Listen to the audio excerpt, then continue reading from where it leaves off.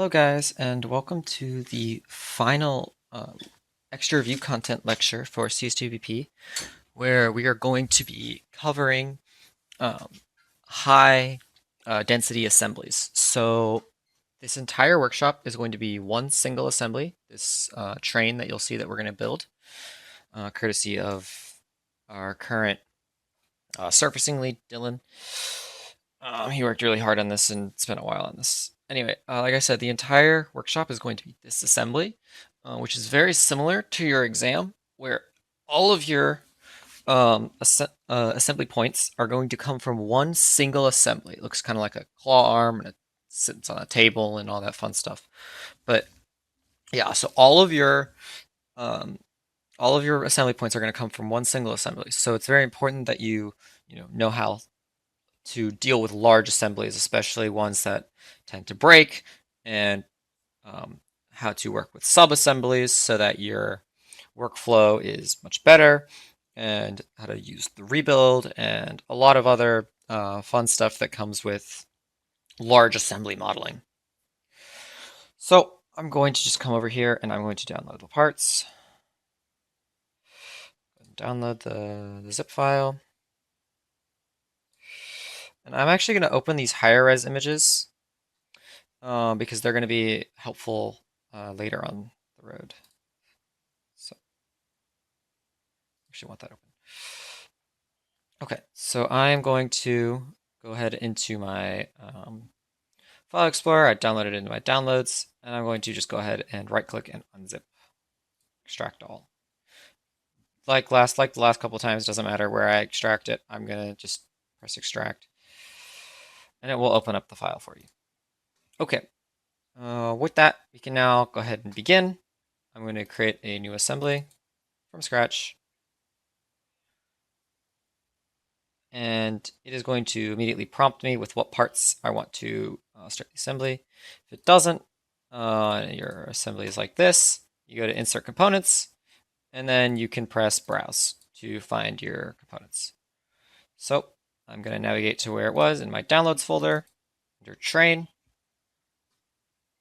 And I need the locomotive is the part that I'm going to need for right now. So that is right here at the bottom.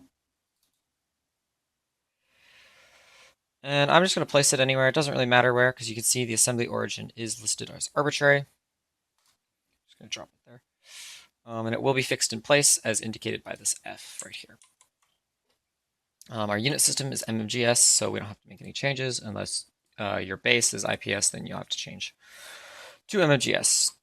Okay, so what it's having us do at the start is super simple. It just wants us to create this coordinate system shown here, and take the center of mass with respect to that coordinate system. It's going to be very important that we put this coordinate system in the right spot, because the rest of the assembly is going to ask for the center of mass with respect to this coordinate system. So I'm going to go into my reference geometry and place a coordinate system. My positional is going to be on this little point right here. And for my x-axis definition, I'm going to use the normal vector of the front plane. And for my z-axis definition, I'm going to use the normal vector of the right plane. Actually, I need to do that right. That's my bad. I'm going to use, for the z-axis definition, I need to use the normal vector of the right plane, of the front plane, and the x-axis is the normal vector of the right plane, like so. And you can see the red, green, and blue all match up with the x, y, and z over here. So if I confirm that, and you can see again, coordinate system 1, x, y, z, exactly like what's over here. So now when I go to my evaluate and I take my mass properties, you'll notice that the center of mass, first of all, is way off from what it's asking for. Because if you remember from last time, we have to come up here where it says report coordinate values relative to, and change this to coordinate system 1 and recalculate. And now you can see you should get 0, negative 90.46, and negative 218.9, which is exactly what is up here. Okay. So now what we're going to be doing is we're just going to be building this thing step by step, and taking our mass properties along the way, and answering questions as necessary. So it wants us to insert 2 piston subassemblies and apply mates shown in drawings. Position the holes so that they're parallel to the side of the train as shown, and take the center mass. So from these drawings, I'm going to go ahead first of all, and I'm going to insert my components. I'm going to look for, it says piston sub. So this, I'm going to place it, doesn't matter where. I also need a second one, so I'm going to go and insert another one. Some of you may be smart and think you can control click, but because it's a sub to create a new one, but because it's subassembly, you actually can't. It'll just duplicate the part that's in there. Okay, so now from these drawings, I mentioned last week or last time that there are, unlike CSWA, there's not a big old paragraph, and instead you're given these drawings here with these center lines and just kind of implied mates. So I'm going to go here so I can take a look a little bit better, zoom in really close so I can see the coincident mate right here between the piston and these little like slots right here. Okay, so I'm going to now go ahead and start adding my mates. So in my mate tool, the first thing I'm going to actually do is I'm going to check this box that says add to new folder when I do my mates. This is going to be a large assembly, and it's going to be a lot to keep track of. Your mates are going to get like a super long list if you don't do it like this. It's optional, you don't have to, and I'm also going to be renaming the folders as I go. So I can keep up with what I've actually done and where I am. And it'll make it easier later down the line. Again, purely optional, but it's good. It's a good habit to be into, not just for assemblies, but just for modeling in general, to use folders, especially when your feature tree gets, massive. Okay, so I'm going to first apply this concentric mate, like so, and confirm it. And then I'm going to add the coincident mate that I implied up here, or that I mentioned right there, like so. And I'm going to do the same for the other side. So concentric mate, and then a coincident mate to make sure that the piston is flush against the front of these little piston holders. Confirm. And I'm now going to tap back in over here and confirm my mate. I'm going to collapse these so I can see what's going on, and open up this. And you can see all of my mates that I made have been added to this folder 1, which I'm going to rename by right-clicking and pressing rename tree item. And I'm going to make it Q2 pistons. Again, purely optional. You don't need the folders, but this is so I can see much easier, and it'll help me later down the line as well. Okay. It says position the piston holes such that they are parallel to the side of the train as shown. So right now I can spin this around freely, which is not what I want. I don't want to be able to spin that around freely. So what I'm going to do is I'm going to go into my mate tool, and I'm going to, for positioning only, do some parallel mates between like this front face and the side of the train, and same for the other side. This will prevent it from, it's not going to prevent it from spinning around, but it'll make sure that it's positioned the correct way for our center of mass question. So I'm going to confirm that.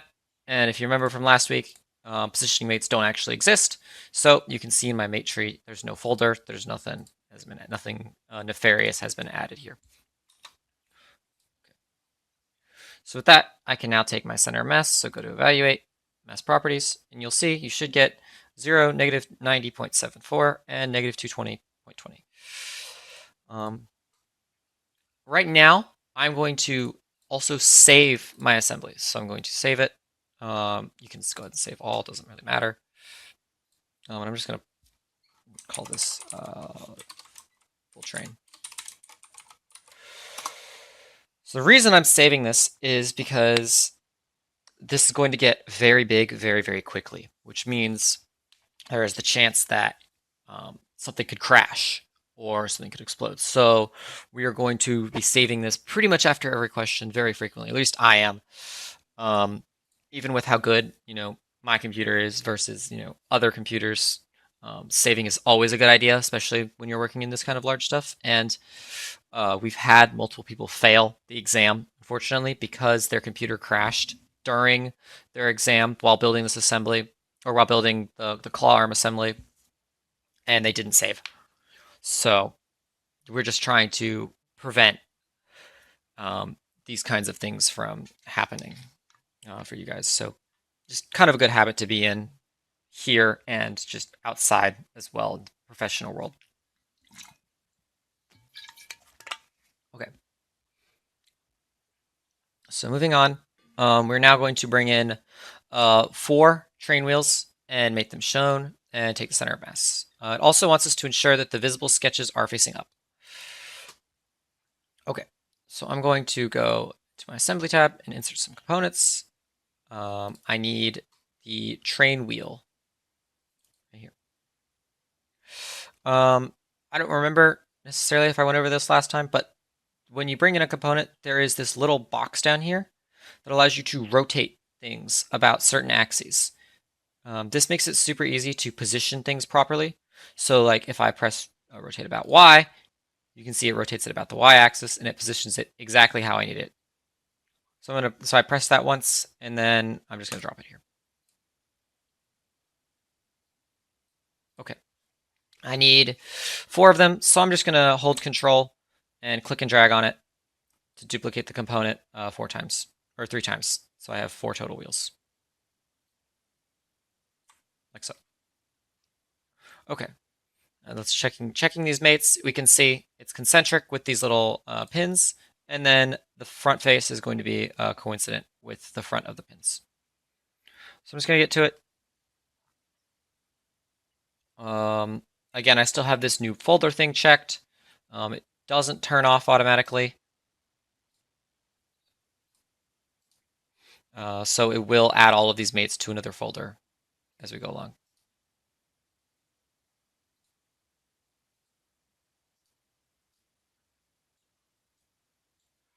Okay, and I'm going to need this interior face with this one. And you can see, because of the way I brought it in, it is currently facing, you can kind of see, it's currently facing the wrong direction. We want it to be facing the opposite direction. So I'm just going to press this flip mate alignment button. It's over here as well. I'm going to be using this toolbar more often just because it's convenient and it's what I'm more comfortable with using. You guys can, mess around with over here if you so desire, but I'm going to be mostly using this little toolbar here. So I'm going to flip the main alignment and then confirm it. And then this is the wheel I need. So bring it, just click and drag and bring it through. Select that and select this face. And finally the last wheel. Same thing, I'm gonna have to flip it around and add the coincident mate. As shown. Okay. So I'm gonna confirm that. And I'm gonna go look at my folders and I'm going to rename this to question 3, wheels, concentric and coincident. So that way I know exactly what's in that folder. So now it says it wants us to ensure the visible sketch are facing up. The visual sketches are facing up as shown. So you can see these mine are pink because I've changed my sketch colors. Yours are probably gonna be dark gray or like a light gray. And you can see also on the drawing, they are facing all upward. So what I'm gonna do is I'm going to add parallel mates. I'm not gonna make these for positioning only because these are going to come in handy later when we add gear mates. When we add gear mates between the wheels. So I'm going to go and mate. I'm going to choose the sketch and just any kind of vertical line. So I'm going to pick this vertical edge right here and make sure it's parallel. And I'm going to then make these 2 parallel with each other, like so. And the same for the other side, where I'm going to make this parallel with just this vertical edge here, and then make them parallel with each other, like so. Okay. From that, and I'm going to call this question 3, wheel parallel. Okay, with all of that done, I can now take my mass properties. So I'm going to go to evaluate, mass properties. You should get 0, negative 91.6, and negative 219.35. Okay, moving right along. We're now going to bring in these crossbars. So wheel crossbars, piston crossbars. It says add, suppress, modify any mates or components necessary to make the following changes. So I'm going to go ahead and in my assembly, just insert components. I need the wheel crossbar as well as the piston crossbar. So if I hold control, I could select both of them and bring in both of them. Similar to last time, I'm going to rotate it about the y-axis so it's kind of oriented where I want it. Do that to both of them. This piston crossbar or this wheel crossbar has this little bulge here. This piece that comes outward on one side, but not the other side. If I look at the drawing views, if I come over here to where are we? Question 5. No, we're in question 4. If I come over here to the drawing view, you can see on this section view that it comes out this way. So that tells me where I need to be mated. So this is also, we can see, oops, coincident concentric, like so. On this side, you can kind of see a little bit the coincident and concentric on this guy. And then this section view, obviously you can see the coincident here, or the concentric. Note that this is not coincident, which tells me that this view here, you can see they are coincident here. So that kind of gives me an idea of what I'm going to be doing here. Okay. So first thing I'm going to do is I'm going to duplicate my parts again. So hold control, click and drag, like so. And I'm going to start with the wheel crossbars, mating it concentric, concentric, and I'm going to kind of rotate my camera around to make it coincident. I made this front face here of the wheel coincident with the backside of the wheel crossbar. Confirm that. And same for the other side. So concentric. I'm going to have to flip that around. Concentric.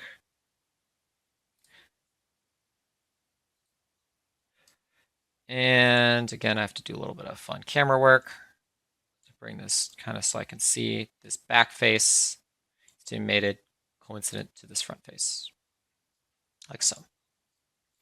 I'm going to confirm, and I'm going to name this folder Q4 wheel crossbar.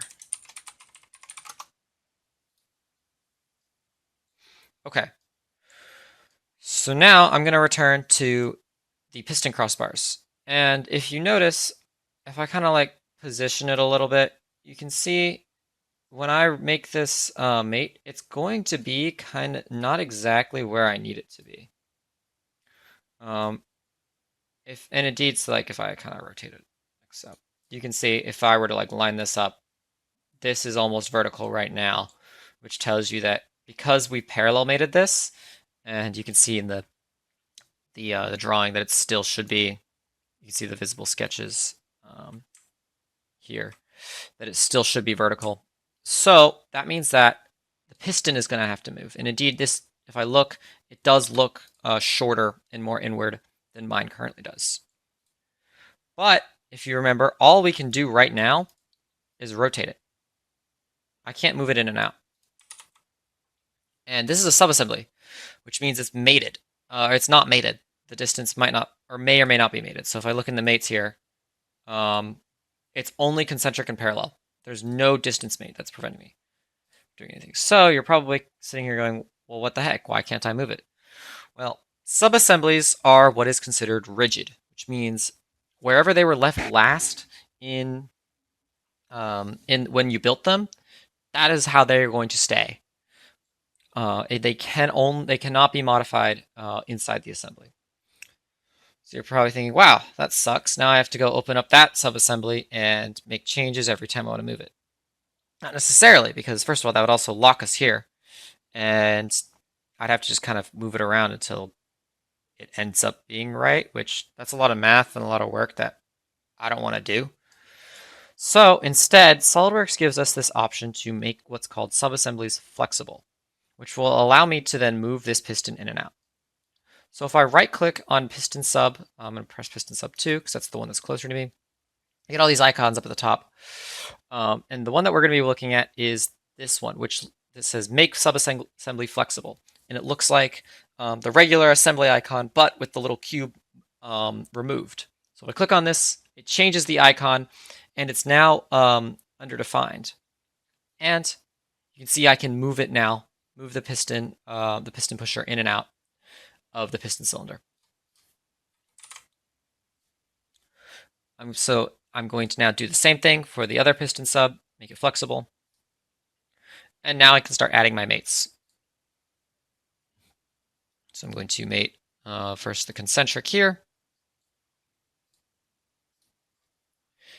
And then the coincident here, or the concentric here. And you could see it moved the piston a little bit, so because it was not actually going to allow me to make that concentric mate. Okay, and now I'm going to make the coincident right here, like so.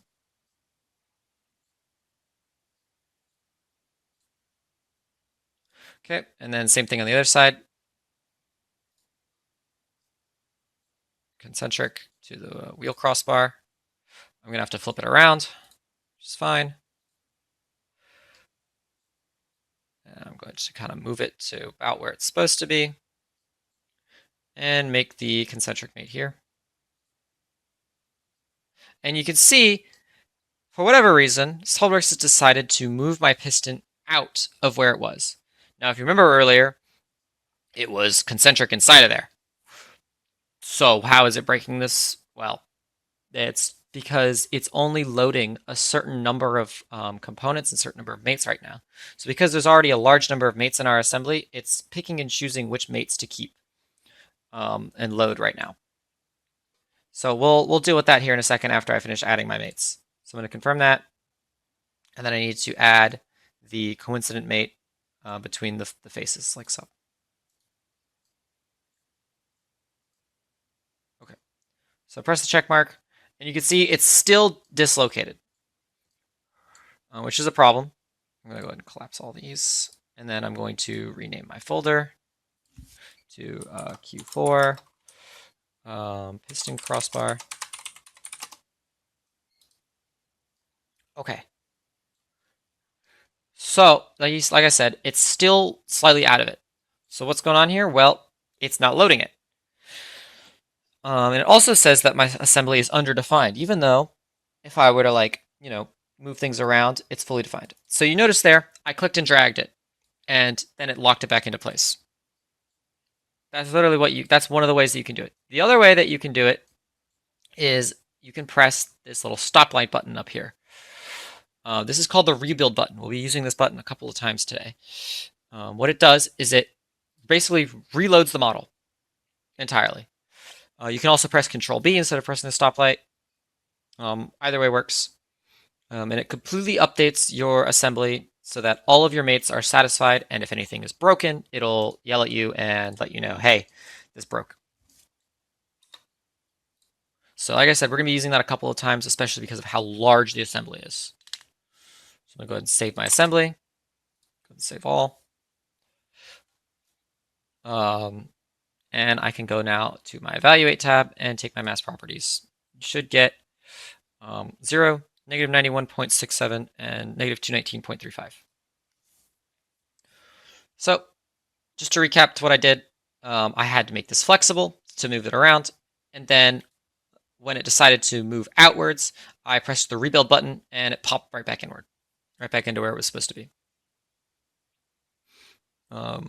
Even though you saw me click and drag it downward, and it snapped back into place. That doesn't usually work, and rebuild is 99.9% of the time what you're going to want to use. And like I said, we'll be using it later. So don't worry about it if you just snapped it back into place like I did. Or if it didn't even move, maybe your SolidWorks is so good that it didn't even move. Okay. So now we're going to bring in this front wheels subassembly, ensuring the arrows on the bottom are facing forward. So I'm going to go to my assembly, insert components, and I need the front wheels sub right here. It's going to ask you if you want to rebuild it. Again, that's the rebuild. So obviously we want it to be as up to date as possible. So we're going to press rebuild. I'm going to go ahead and place it. Okay. And I can see now, here's the little arrows on the bottom that we were talking about. So I'm going to hold right click and just kind of rotate it until it's sort of facing the right direction that we're going to need later. Okay, now we're going to move on to these drawings so we can see. There is this concentric mate, this distance mate, and then this parallel mate. So I'm going to go in that order. So I'm going to go into my mate tool, coincident or concentric, like so. I'm going to add the parallel mate, like so. If yours flipped around for some reason, you could always just flip the mate alignment. Mine did not, so we're good there. And then I'm going to add this distance mate. So I'm going to select this face and this face. I'm going to do distance. It needs to be 21.5 millimeters, like so. Confirm that. I'm going to rename my folder to Q5 front wheels. So, and then I can go ahead and take my mass properties. So evaluate mass properties. The center of mass should be 0, negative 93.76 or 78, something along these lines. Obviously, this is a big assembly, so anything that's slightly off is going to throw off your mass. Again, that's within error margin, so it's not a super huge deal. It'll just be things are slightly off when we go later down. And if you're wondering why that is, again, it's just because of how big this assembly is and how heavy this thing is. It may or may not be slightly off. Hey, you might have been slightly off before now, but if you're within a couple of decimal places, you're fine. So, yep. So moving on. I'm going to go ahead and it says add, suppress, or remove any mates necessary to make the following changes. Apply the gear mate using the edges shown at an angle of 40 degrees was the value of the angle indicated by R. So I'm taking a look at my drawings, and I can see there's this gear mate that they've applied between these wheels, and there's 40-degree angles they've used this sketch here for. And it wants us to measure then the angle between this sketch and then the front face right here. So there's a lot going on. If I scroll down even more, you can see exactly what edges they're talking about. So there's a lot going on here that we're going to tackle step by step. So the first thing says add, suppress, or remove any mates necessary to make the following changes. If I were to go in and make this gear mate right now, it's going to break, right? Because this is already fully constrained. So it says fully defined down here. So a gear mate here between here and here would cause problems for our assembly. So if you remember, the mates that I added before were these parallels here to allow all these sketches to be vertical. Obviously, I can't have those anymore because I need to make this not vertical. So I'm going to go into my mates, and I'm going to just suppress this entire folder. You don't necessarily need to suppress all of them. You need to suppress the one right here, the second one that I made, and probably the first one as well. Just anything that would prevent both of these wheels from rotating. Since I did the folder, I just suppress the entire folder because we're only concerned about the front side and the back side doesn't really matter. Okay. So now I'm going to go into my assembly tab and mate. I'm going to go to mechanical, gear, and I'm going to select this edge here and this inner edge over here. And the mate is going to be a 105 to 40 reversed. So 105 to 40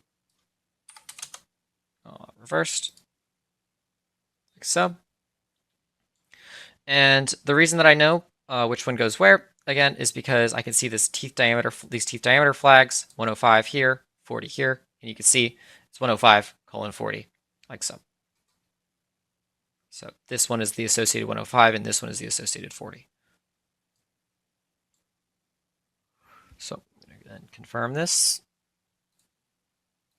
and confirm my mate. I don't need this folder, so I'm just going to delete it. I'll re-add a new folder later when I add this angle mate.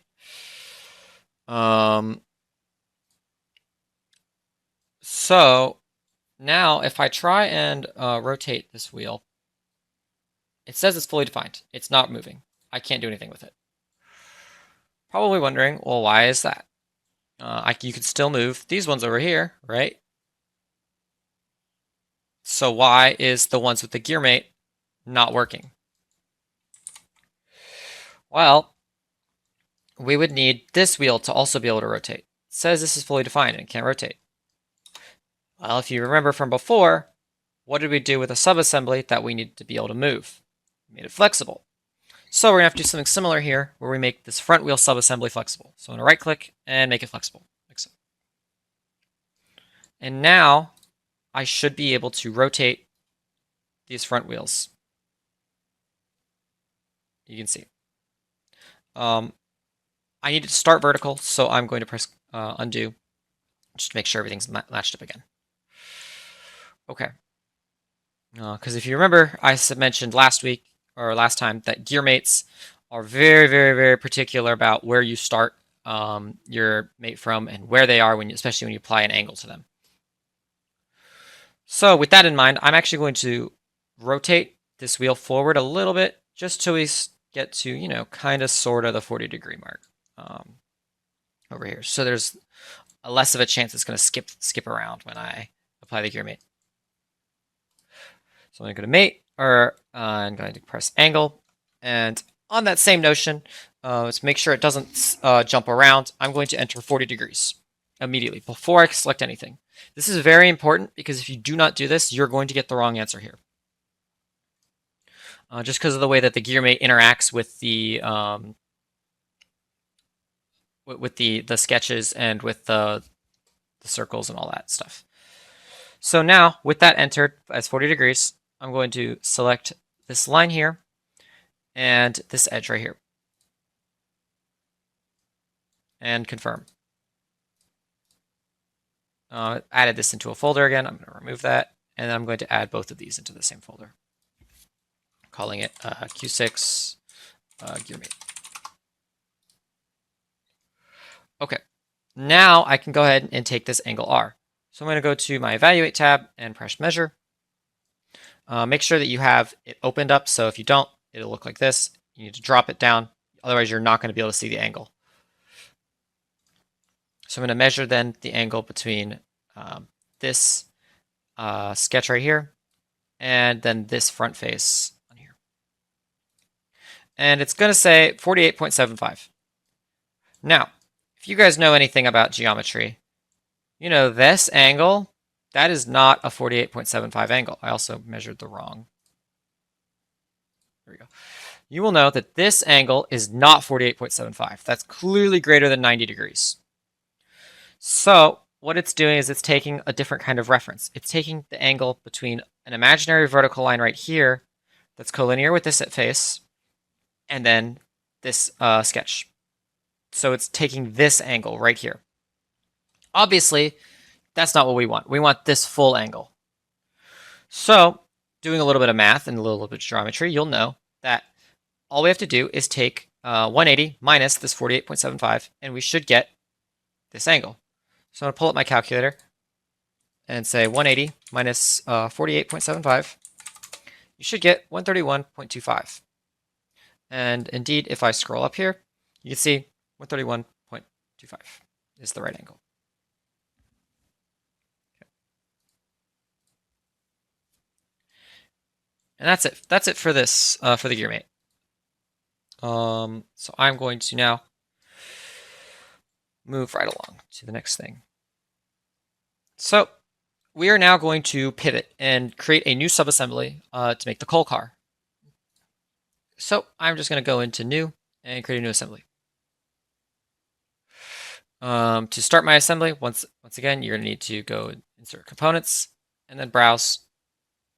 I need the coal car body, 4 small wheel suspensions, and 8 small wheels. Actually, before I do this, I'm going to go and I'm going to save my previous assembly. Yes. It may ask you to rebuild and save. It doesn't really matter. You can rebuild. Now I'm going to go in and I'm going to create this coal car. So I need the coal car body. I need the small wheel suspension, and I need these small wheels. So I'm going to bring in all these and just kind of place them. This one, I'm going to rotate it around the Y, like so. And same with the suspension. So that way they're facing the correct direction as to where we need it. So it says our unit system is MGS, decimal place 2, and our assembly origin is as shown. So if I read, it says the coal car is coincident to the assembly origin with aligned axes. So if I scroll down here, you can see the last image, it shows the origin here. It's going to be right there. So the first thing I'm going to do is I'm going to need to float the coal car because it's the first thing that I put in, so it's going to be fixed. So I'm just going to right click and press float. So now I can move it around.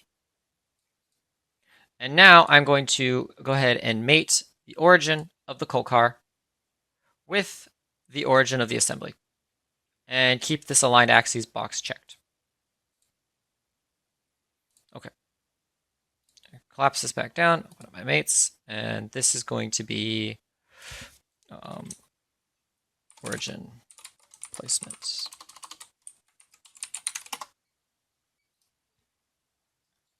Okay. Now I'm just going to start adding my mates. Obviously, I need four of these. I'm going to start with the suspension, so I'm just going to duplicate it 4 times or 3 times to get 4 of them, like so. And I'm going to start adding all of my mates. So from here and from the ISO and just basically from, using your own knowledge, we can guess that this is going to fit perfectly in these underside squares here. So if I go into my mate and I start adding my coincidence from here to this front face and from this side face to this other side face, and then if I select this face on the bottom, I'm going to rotate up here. You'll notice, by the way, I've been doing this a lot, and I haven't stopped and talked about it yet. When you select a face on something, if you are in a regular mate, so not necessarily an advanced, like a with mate won't let you do this, but pretty much any other mate will let you do this. If you select a face on something, it's going to make that component transparent. So even though I am going to be viewing this straight from the top, I can still select this top face from here. This is called X-ray selection, and it's super duper helpful when you're dealing with large and weird shaped assemblies. So I confirm that.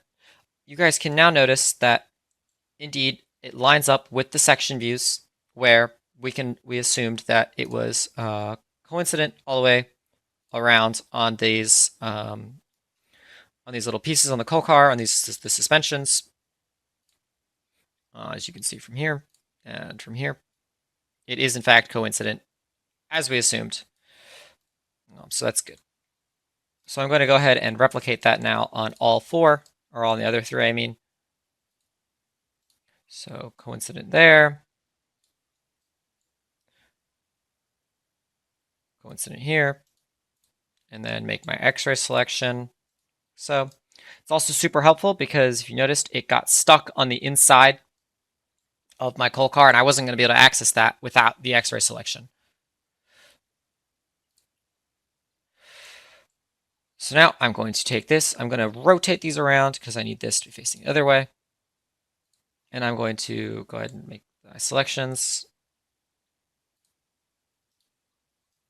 like so. This front face to this front face. May have to zoom in a little bit, obviously, to be able to get it to actually select. And then this top face with this underside face here. You can see these two are now aligned perfectly, just like it would be on a real train with an axis. So I'm going to now replicate this with the last one. Apply a coincident between these faces on this inset. And apply this coincident here.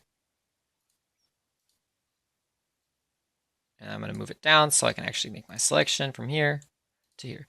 The other thing you might see me notice me doing is I am, confirming my mates very quickly, doing a lot of quick rotations. Obviously, I have a lot of practice with this program. The other thing is if I haven't moved my mouse for a reason yet. If you notice, there's this little check mark on where this mouse icon right here above my mouse. There's this little check mark on the right click button. This is exactly what it would imply. If I press right click right now, it confirms the mate. So this is what I've been doing to be able to quickly add mates. Just a cool little shortcut you can do to help you save time. Otherwise, obviously pressing the check mark here or here is plenty enough. You don't need to be, a mating fiend to be able to do all this. But that's just something that I do to help speed up the process.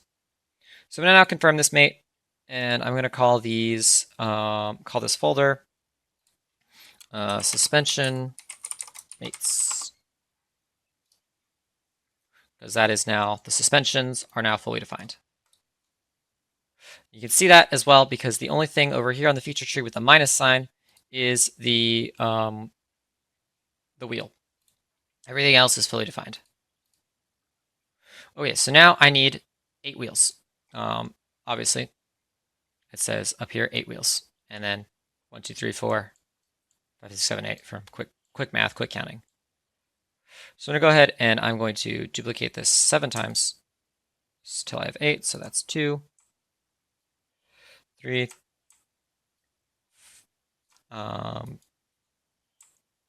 4, 5,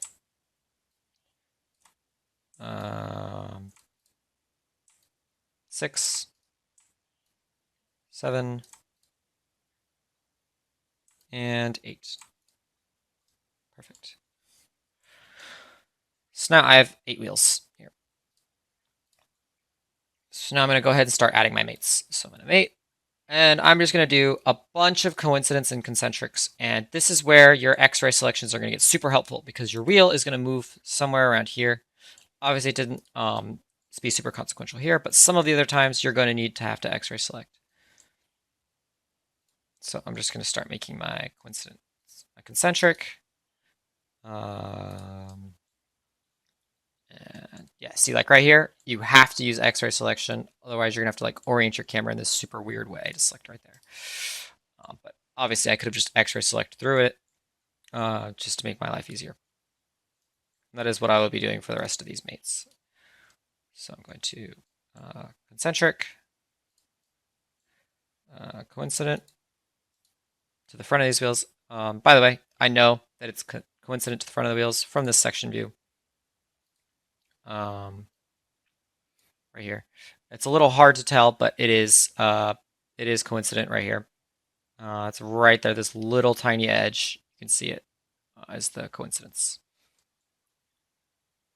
Okay, so now I have actually this one more wheel up front.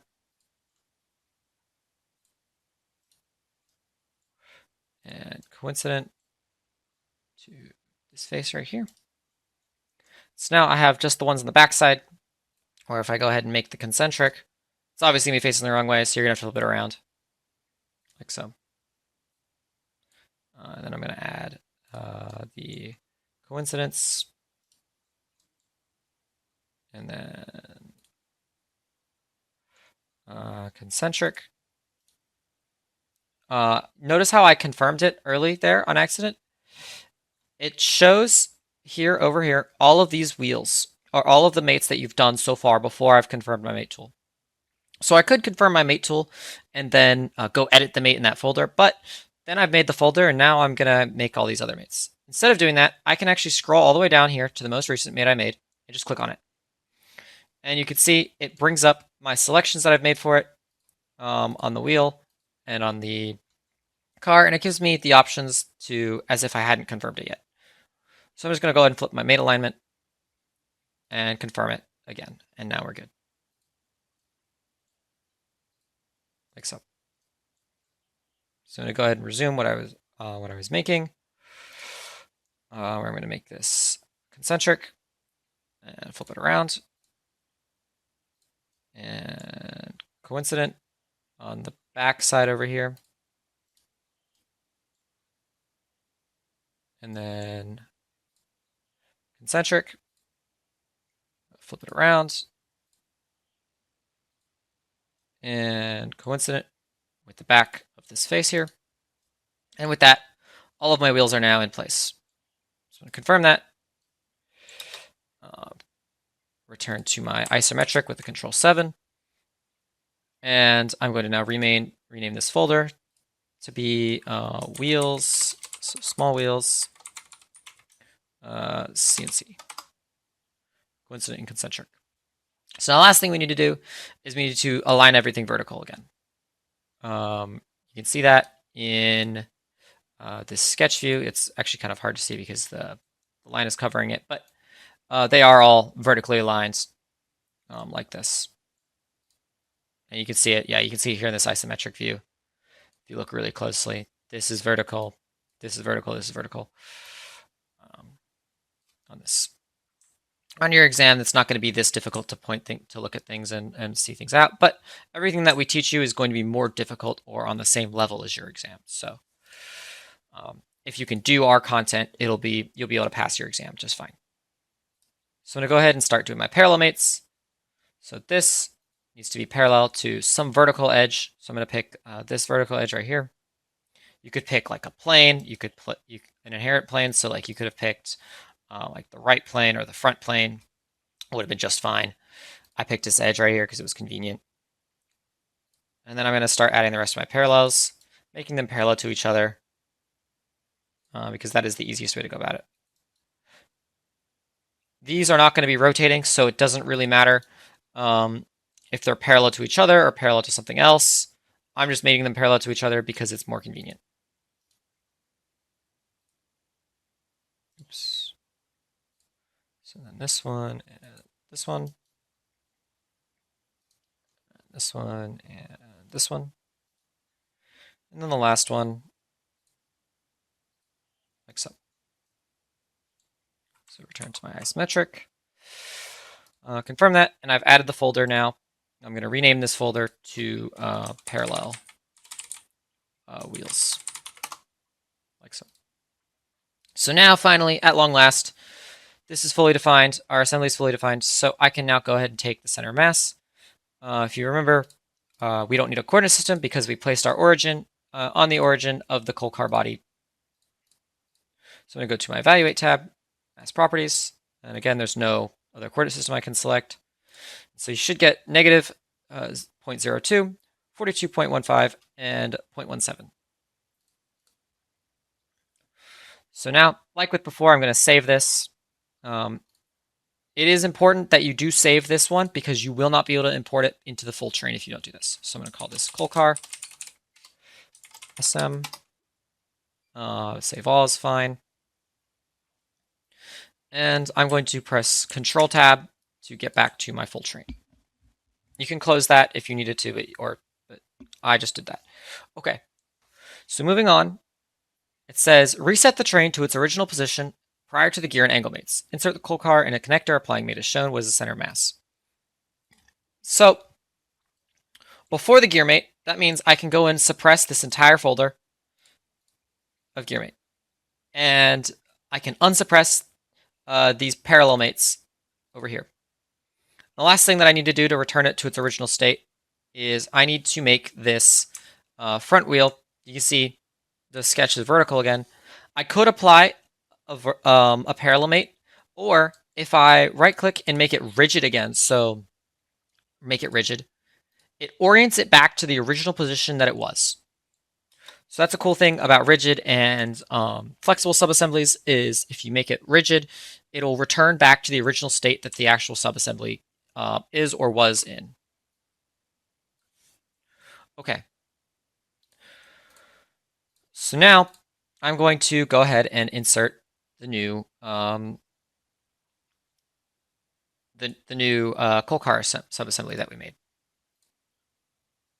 So I'm going to now go to Assembly and Insert Components. If you didn't close your coal car assembly, it'll be right here in Open Documents. If you did, you can always browse for it and find where you saved it. So I'm going to go ahead and drop it. Actually, before I do that, I'm going to rotate it twice on the Y because you can see the little light here is facing the back, and I need mine to be the same, like so. Okay. And it says the connector as well. So I'm going to need to bring in the part called connector. So I'm going to go to Insert Components under this folder, and I should be able to find connector and just place it somewhere. Okay. Something I want to point out right now is I haven't gone over it yet. It's happened a couple of times. It said when I saved things, it was like, oh, you should rebuild it first. And I just went ahead and did it. There's actually a way to tell if you need to do that. Over on your feature tree, some of your parts may have a little stoplight next to it. That means that it needs to be rebuilt before you save it. So I press this rebuild button up top, it goes away, and my assembly is now up to date. So that's just a little thing that you know when you need to rebuild and when you don't. So to go ahead and mate the connector, concentric, and coincident to the inside. If I look at this here, this section LL, you can see very clearly why I did it like that. Same thing with the coal car, concentric. And I need to make it now coincident with this interior face and this outer face of the connector. Okay. And then the last thing I need is to add this here parallel mate that is shown right here to ensure that the coal car can't just spin around. So I'm going to select this top face and this top face here, do parallel, confirm, and confirm my mate. Collapse this. And I'm going to now rename this folder to question 8, coal car insertion.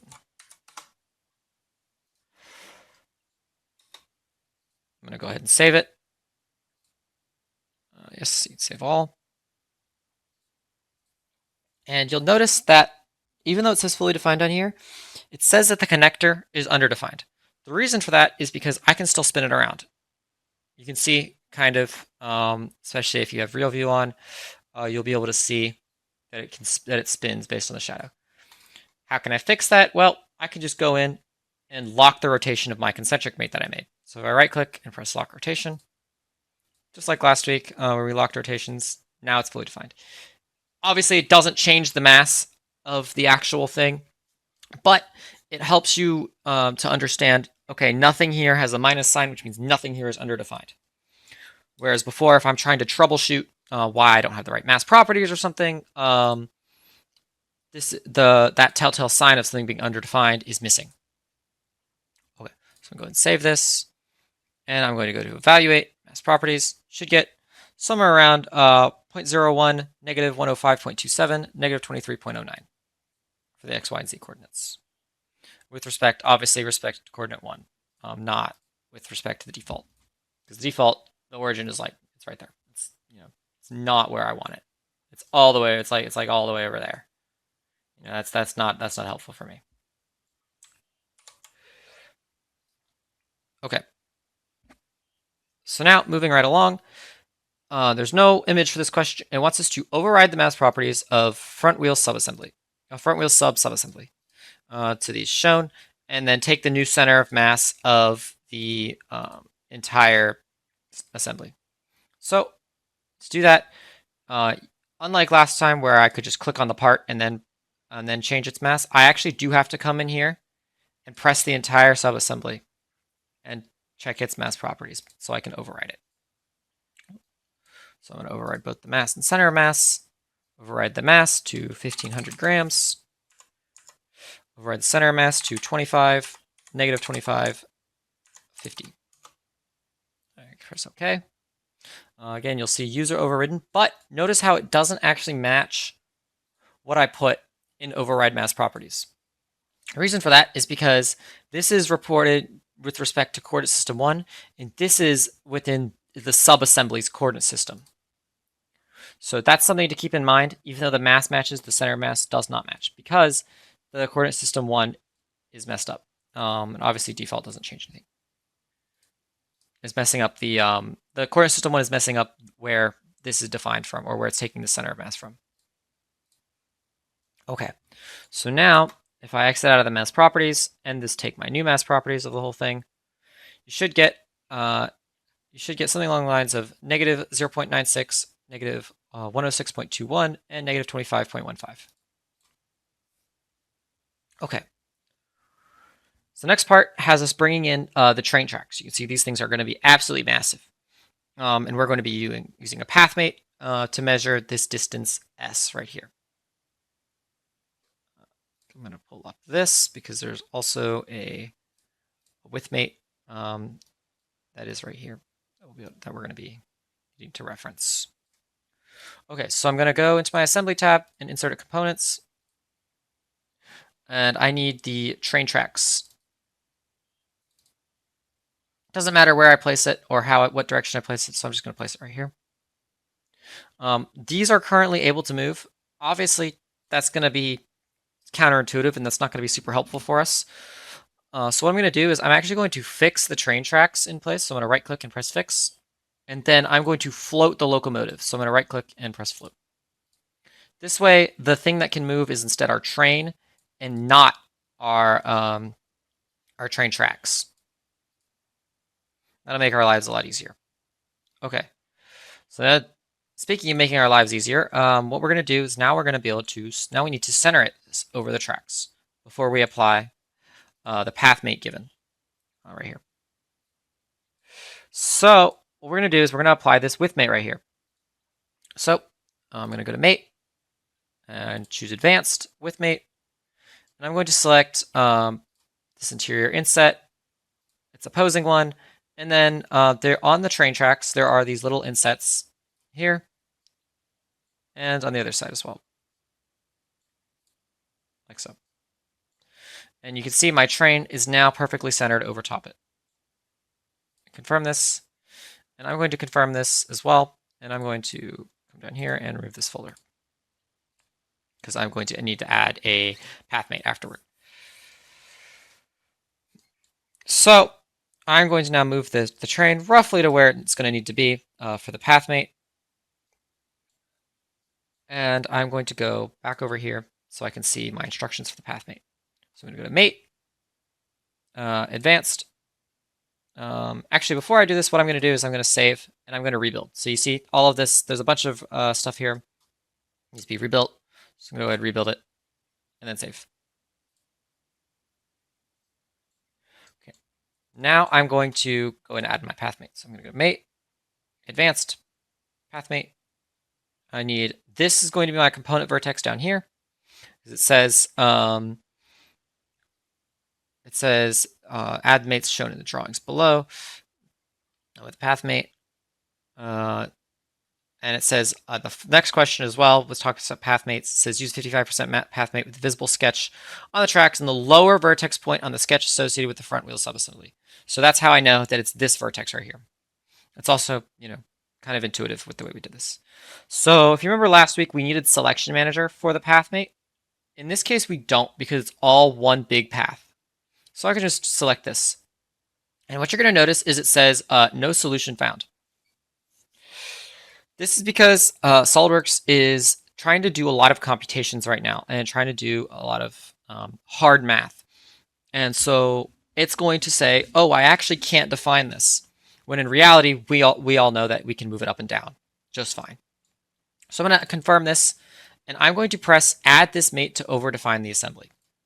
If I press break other mates, it's going to suppress mates that I don't want it to. I'm going to confirm this, and you can see now I have a ton of errors. So I'm going to delete this folder, go ahead. A bunch of errors that are causing big issues here. So what I'm going to do is I'm going to suppress this pathmate and unsuppress it. Why that fixes it, I have no idea, but it does. And oftentimes pathmates are like this, where if it doesn't work immediately, you can just suppress it and unsuppress it, and that'll fix the problem. Okay. So the other thing I forgot to do is I need to go in and edit the feature, because obviously you can see I can move the train up and down, which is not what I want.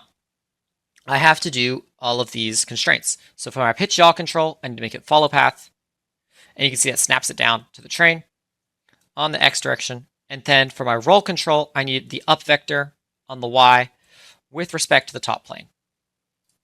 So if I select the top plane there, confirm this, now we are fully defined, other than the fact that we can move back and forth. So now we're going to take a look at what the question says here. It says move the train until it collides with the G sign. So that would be this sign right here. What is the distance indicated by dimension X, S, the distance between the frontmost face of the train and the inset face of the stop sign at the end of the track? So you can see the stop sign has this inset face. So before I do this, obviously all these stoplights, I'm going to rebuild. And now I'm going to go ahead and edit the pathmate.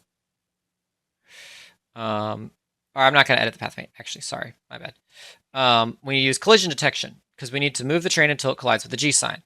Sorry, I was getting ahead of myself. So I'm going to go to the assembly tab, move component, and collision detection. And I'm going to go ahead and move the train until it collides. It didn't stop, because I didn't check the stop at collision button. So this will happen a lot of times when you're in large assemblies. You need to go ahead and check the stop at collision. And what may happen for you, obviously it didn't happen for me, is it may just say the model is in a colliding position right now. That is because there could be some kind of interference error or some kind of just issue in general with the way that your model is set up. This happens a lot when there are multiple people collaborating on multiple different things, and that'll cause things to overlap in ways that they're not supposed to. For us, obviously it didn't happen, but I'm going to show you what to do in case it does happen. So if I move the train, I can see the thing that's going to collide most likely is going to be this piston, right? It's going to collide right here. That's going to be the first thing that's going to cause a collision. So if only there was some way for me to make it so it only stops when the piston collides. Well, there is. If I go to move component, collision detection, stop at collision, I can change it to the check between from all components to these components only. Which means I can select the locomotive. I'm going to also select the locomotive as well, just in case. The piston sub-assembly. And I'm going to select the train tracks. So these are the only things that now it's going to check for collision between. So I press resume drag and drag it. It stops right where I need it to. And if I had done all components, if I confirm this first, move it back. And if I had done all components, you can see it stops at the exact same spot. So this is just a way to manage. Again, a lot of this is about managing a large assembly. And so this is just another way to manage that. Resume drag, like so. Okay. And now I'm going to take this measurement, this distance S right here, which it says is distance between the frontmost face of the train and the inset face of the stop sign at the end of the track. So I'm going to go to evaluate, measure. I'm going to measure the distance from this frontmost face all the way over here to the inset face at the end of the triangle. You should get, or triangle, what do you call it? The stop sign. You should get something around, so we want this normal distance, by the way, because it's the exact vertical distance, whereas this distance here if I look, it kind of goes upwards. It's the direct distance. We want the normal distance because that's the true dimension that S here is measuring. And you should get, for a normal distance, something around 1.742 meters. The decimal point will be somewhere around this. As you can see, obviously, the answer, as it indicated, is 0.79. We got 0.76. It's just because of how much math SOLIDWORKS is doing for collision detection. That's why you'll get slightly different answers, usually to the degree of like, a hundredth of a millimeter. So nothing that's going to cause any issues on your exam. And the error margin for the collision detection stuff is much bigger than normal. Normally, it's a 0.5% error margin, whereas collision detection, it's much larger. Okay, so I'm going to go ahead and add these to a folder. I'm going to call this question 10, which is the pathmate. And moving along now to question 11, it says add, suppress, delete mates necessary to make the changes. Create a 55% pathmate and find what components are interfering and what is the interference volume. So I'm going to go and I'm going to edit my pathmate. Actually, before I do that, once again, I was going to rebuild it, but I guess it automatically rebuilt it. Never mind. I am going to save it though, because pathmates are finicky. So I'm going to now change my path constraint from free to % along path, ensuring it's starting from this far side. Because if I look here, 55% is a little further than it was from the start, 'cause it starts all the way over here. So it's definitely a little bit more than halfway going this way. And obviously the stop sign is also the end of the track. So multiple different things going on here. Regardless, I know that this is the right one. If you're started from down here, you need to flip the dimension and bring it over here. I'm not going to do that because I don't need to. Now I can just enter the 55% long path, like so, and confirm my path mate, and confirm the mate. And now it says what components are interfering and what is the interference volume. So if I look, obviously there's a little bit of interference here, and some interference also from the G sign on the coal car. So I'm going to go to my Evaluate tab and do interference detection, press calculate, and you should get 6 interferences here, and we can see all of the things that are interference. So there's a bunch of, there's like an interference here, there's all of these interferences that are over here. So you can see exactly what I pointed out, exactly what we can see. So it's asking what components are interfering. So from last week, if you remember, the way to find that out is I can press this drop down.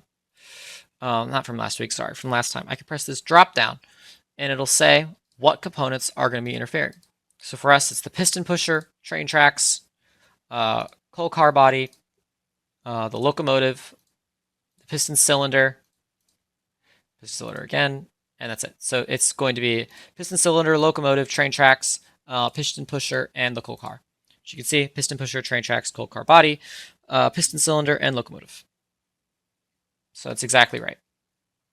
And so now it's asking us for the total interference volume. Obviously, we have multiple interferences here. So you're probably wondering if there's a way to fully calculate everything. And yeah, there is. Like this. You are allowed a calculator on the exam. So this is the best way to do it, and the easiest way, honestly. You can have whatever calculator you want. We don't really care for the exam. But regardless, you should get 354.78 cubic millimeters for the total interference volume. It's fine. Just confirm that. Moving right along now to the last question. It says, add, suppress, delete mates necessary to make the following changes. Remove the train tracks. Replace the coal car with the passenger car subassembly. What is the center of mass of the new assembly? Or was the new center of mass of the assembly? Okay, so that's a lot. There's a lot that's going to have to go on here. First thing that I'm going to do is I'm going to delete the train tracks. So I'm just going to right click, press delete. Yes. And if I go check my mates, you can see it's suppressed all of the constituent mates that are associated. Which is fine, which is good. That's what we need. Okay. So next thing is I can still move this around. I'm going to want to fix it. So I'm going to right click and fix. And now our assembly is back to being fully defined again. So now I'm going to move on to the next thing. Replace coal car with passenger car subassembly. So there is, instead of just, deleting this whole thing and then re-adding all the mates, that would take forever. Instead, what we're going to do is we're going to use the built-in tool that SOLIDWORKS gives us to replace components.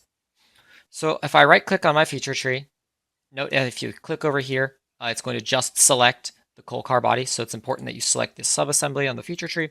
If I right-click and I go down here to these double arrows, which is the More Option button, I can see there is this option to replace components. So I'm going to select this, and I'm going to press Browse, and I'm looking for the passenger car subassembly. So it's right here, passenger car sub. It's going to ask if we need to rebuild it. Obviously, we want it to be up to date, so we press Rebuild. And I'm going to confirm, and your whole thing is going to explode. So before I touch anything, it is important that you do not close most of these. The only one that you want to close is the What's Wrong tab here. So I'm going to close this. That's it. The rest of this is going to make our lives easier.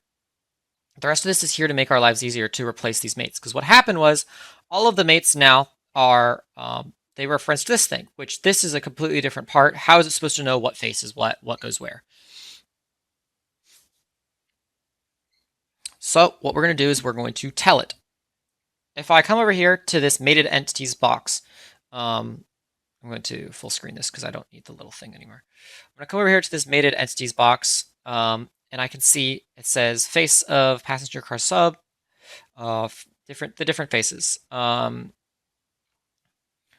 If I look at this little view here, I can see it's saying this face here on this. It's asking for the reference of this face on the coal car. So obviously, the corresponding face on the passenger car is going to be this one right here. And you can see it's still facing the wrong way, so I'm going to press Flip Mate Alignment, so it's facing the correct way, and move this back so I can see what's going on. So that's basically all that we're doing here with replacing these mates. Is so for face 2, it's asking about this inset face over here. So obviously that's going to be this here inset face. You can see it re-adds the mates as we do it. And the last thing is this this last face, which is the top of the coal car for the parallel mate. It's going to be the top right here. If I confirm this, I now have a fully defined assembly with a replaced component. So if I go back to my isometric and I take my mass properties, you should get negative 0.81, negative 79.31, and 99.31. And if I pull back up this, you can see that's exactly what the document has. So that's it. That was a lot. This is the longest video that we've recorded thus far, but it's very, very important that you understand how to work with very large assemblies, because like I said, all of your assembly points are going to be coming from a single assembly in on your CSWP exams. So it's important that you understand how to manage and work with very large assemblies and what kind of tools you need to be using and how all of these tools that we learned in the last video correspond to the real world and working with actual assemblies. So that's it. I thank you all for joining me on the 5 videos here, the 5 workshops. If you are planning on taking the exam with us, you have to complete both the homeworks and the SLP test, which can be found under the exams category, the SLP test, CSWP SLP test. If you're not planning on, taking the exam with us, I wish you best of luck on your exam. But like I mentioned, homeworks and SLP test if you are planning on testing with us. I will be checking, and I'm sure future CSWP leads will also be checking to make sure that all of that is done. With that, again, I thank you all for joining me on all 5 weeks. or all 5 videos if you have. And good luck on your exam and on your future CAD endeavors.